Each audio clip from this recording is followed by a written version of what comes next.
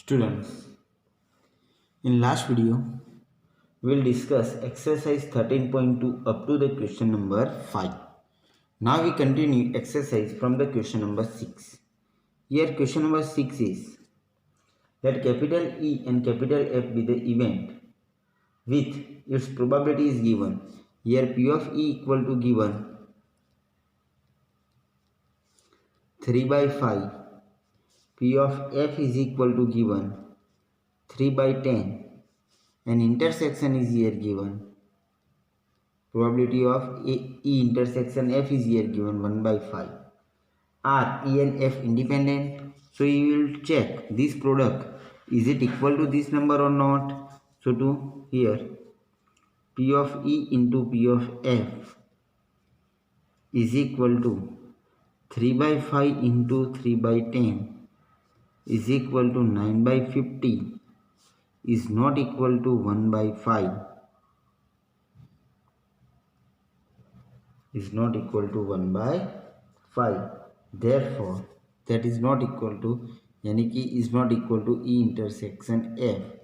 Therefore, E and F are not independent events.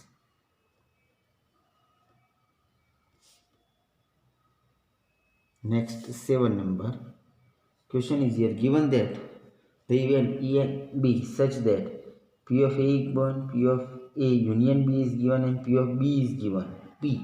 Then find P if they are mutually exclusive and second condition if they are independent. So first here given data is here P of A equal to 1 by 2. P of A union B is equal to 3 by 5 and P of B equal to P.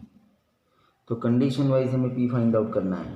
तो first condition if A and B are mutually exclusive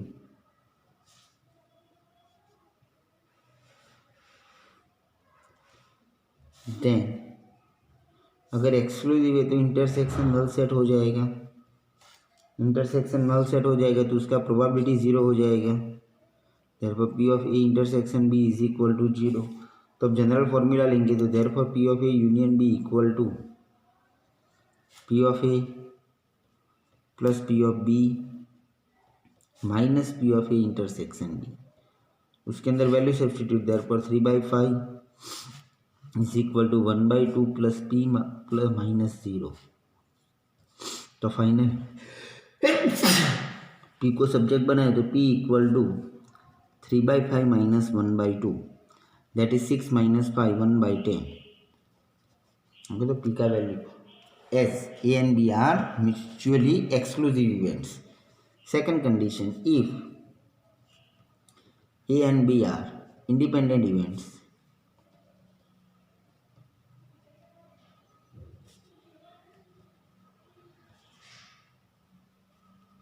then अगर independent है तो उस time पे formula हम use करेंगे P of A union B equal to P of A plus P of B minus intersection A intersection B.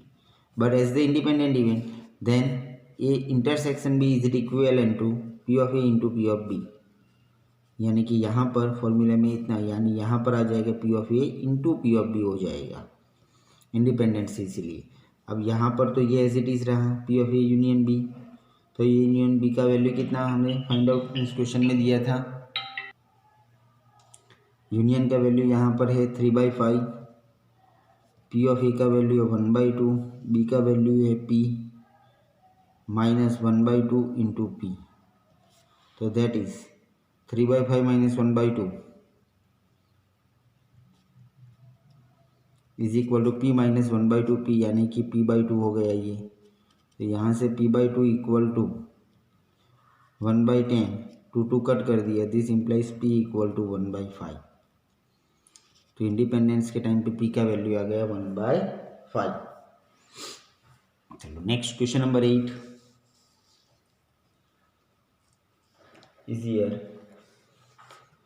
Let capital A and B be independent events with P of A and P of B are given, and we have to find out this particular term. So here A and B are independent events. Here capital A and capital B are independent events.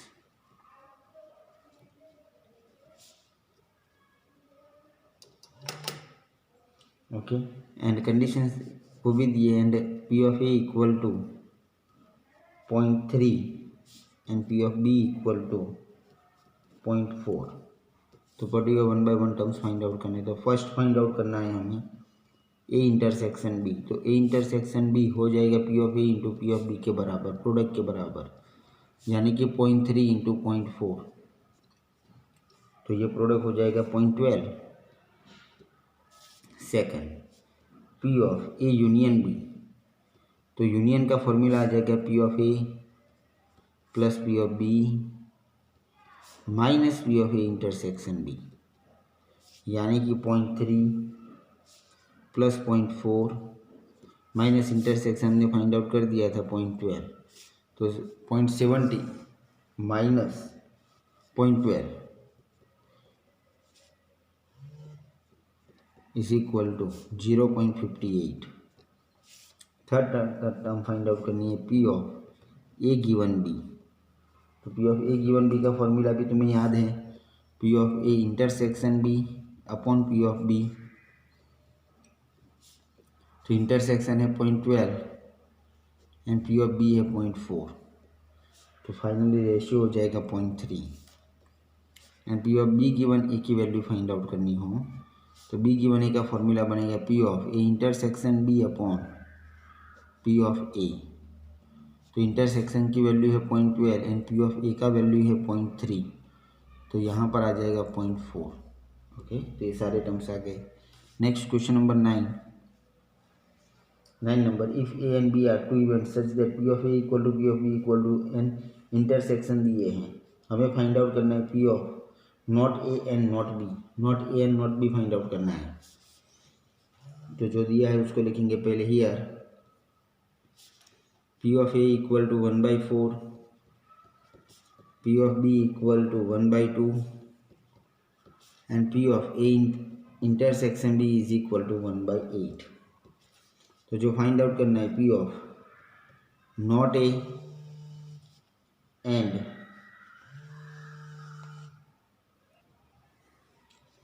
Not A and not B is equal to, not A and not B का probability find out करना है। ठीक है, तो नॉट A and not बी के लिए टर्म बन गए P of A dash intersection P of A means B dash. अब आगे हमने नोट्स में बताया था तुम्हें कि अगर ए एंड बी इंडिपेंडेंट इवेंट्स है तो A dash and B dash भी इंडिपेंडेंट इवेंट्स हो जाएंगे। तो दैट इज यहाँ पर ये हो गया P of A dash.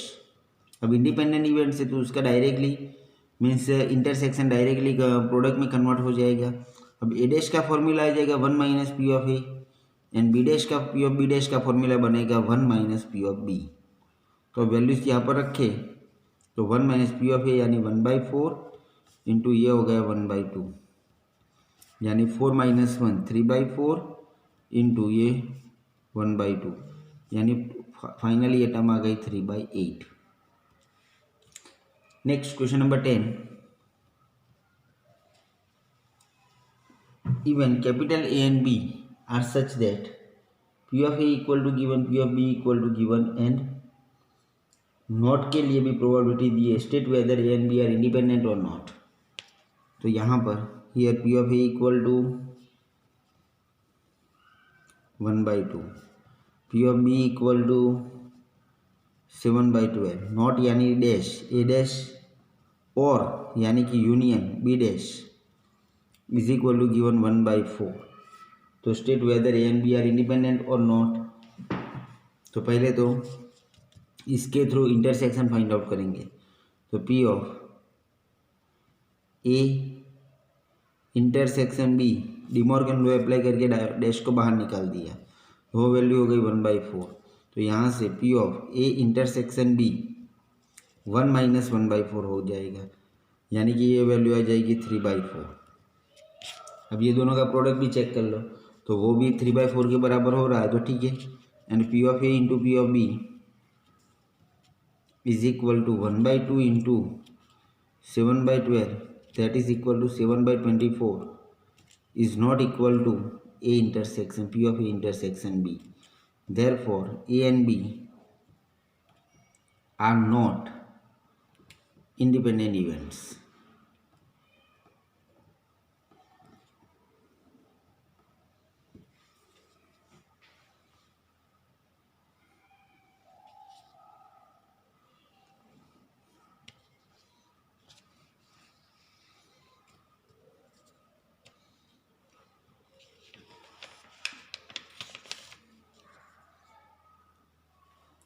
Next, question number 11.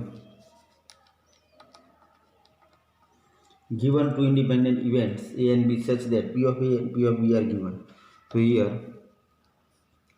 P of A equal to 0.3 and P of B equal to 0.6.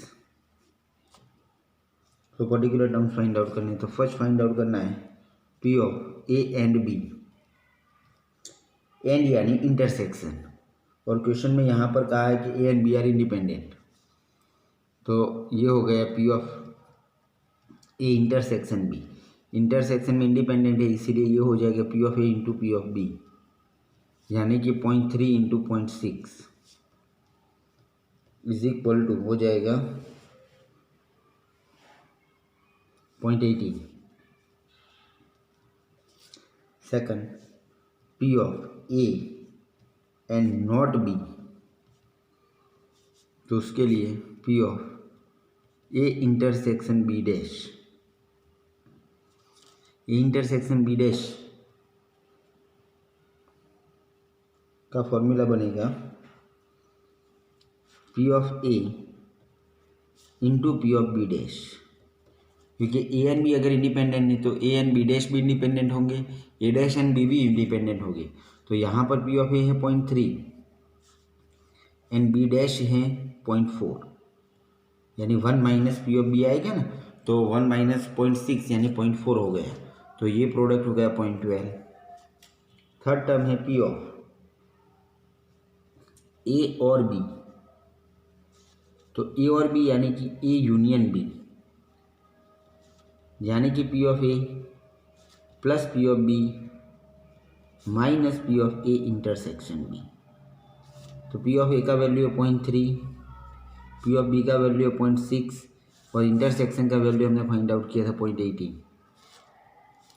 तो ये 90.9 माइनस 0.18 तुम चेक करो तो डिफरेंस आ जाएगा 0.72।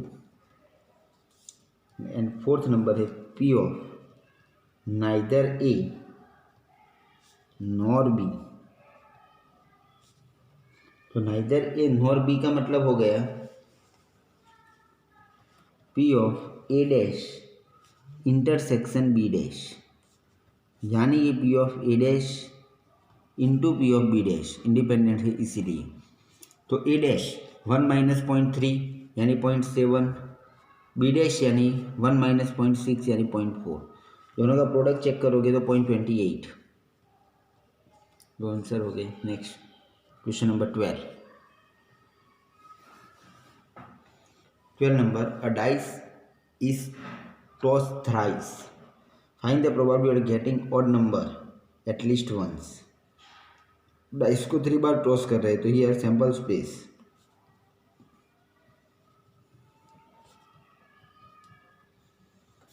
S equal to x y z, x running from 1 2 3 4 5 6, y is also running from 1 2 3 4 and z is also running from 1 2 3 4 5 6, therefore n is equal to 216, n की value आ गई 216। अब probability of getting an odd number at least once, तो event assume करेंगे, let event capital E an odd number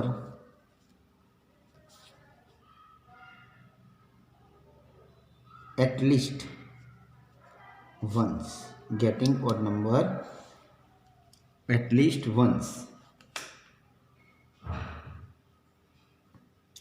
तो that is यहाँ से इडेश event क्या हो जाएगा, तो not an odd number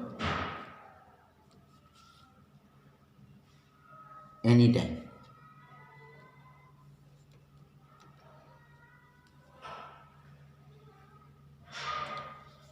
that is, इसका मतलब ये हुआ, दैट इज इडेश का मतलब ये हो गया कि an even number on all throw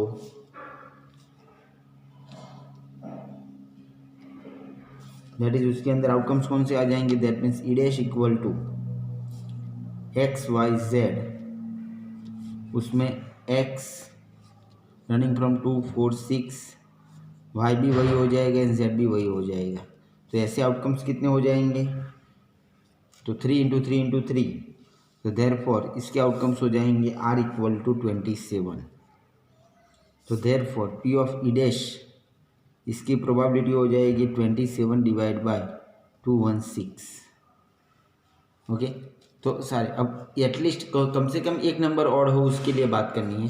तो इसका कॉम्प्लीमेंट लेंगे, इवन का कॉम्प्लीमेंट लेंगे। तो therefore required probability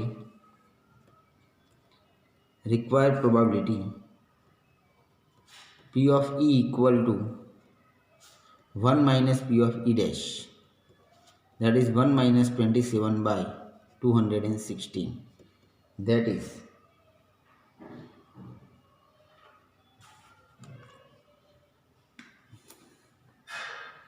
216 minus 27 check करें तो हो जाएगा 189 डिवाइड बाय 216।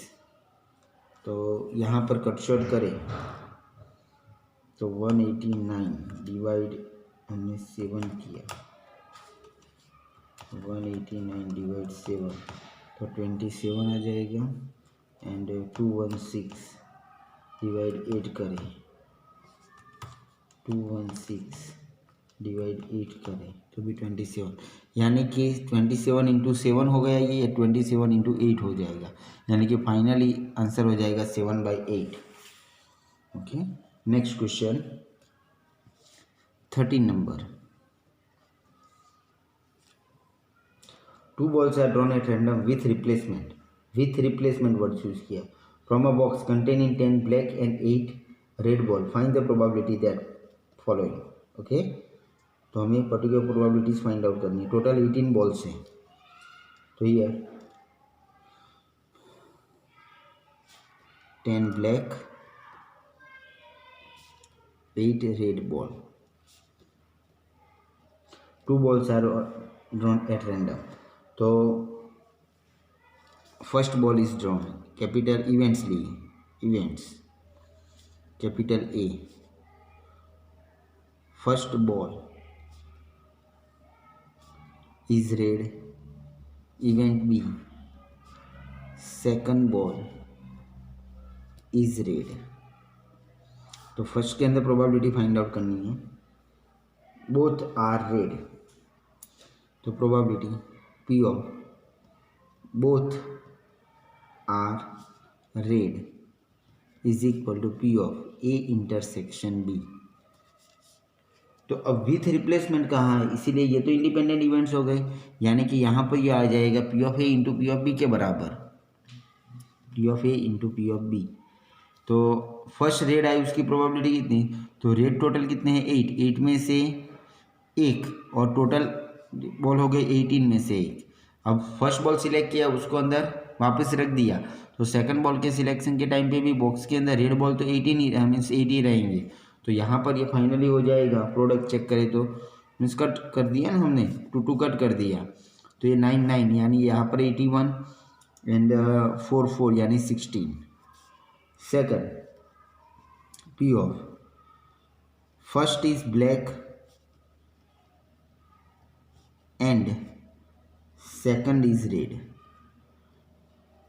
तो उसके लिए हो जाएगा ब्लैक, यानी कि ये क्या है, तो रेड के लिए, तो ए डैश क्या हो जाएगा, नॉट रेड यानी क्या, तो ब्लैक, एंड यानी इंटरसेक्शन, सेकंड रेड यानी बी, ये हो जाएगा। तो यानी कि यहाँ पर P of A dash into P of B, तो ए डैश हो जाएगा ब्लैक, ब्लैक कितने हैं तो 10, 10/8 इंटू यहाँ पर आ गया 8/18, 10/18 इंटू 8/18, यानी कि कट शॉर्ट करें तो यहाँ पर तो 81 आ गया और यहाँ पर 5 इंटू 4 ये 20 हो जाएगा। Third case, P of one of them black and other red, other is red, यानी कि यहाँ पर दो अलग अलग बातें आ गई। P of A dash intersection B plus P of A intersection B dash, यानी कि इसका प्रोबेबिलिटी हमने फाइंड आउट कर दिया था 20/81, फिर से 20/81 ही आ जाएगा क्योंकि यहाँ पर 8/18 इंटू 10/18, यानी कि वो प्रोडक्ट फिर से आएगा, यानी कि 20/81, यानी कि फाइनली हो गया 40/81, ये आंसर हो गया यहाँ पर। तो दैट मीन्स ये पर्टिकुलर एक्सरसाइज हमने ये वीडियोस में अप टू 13 नंबर के क्वेश्चन तक रखा। क्लियर ये वीडियोस में? नाउ नोट डाउन दिस और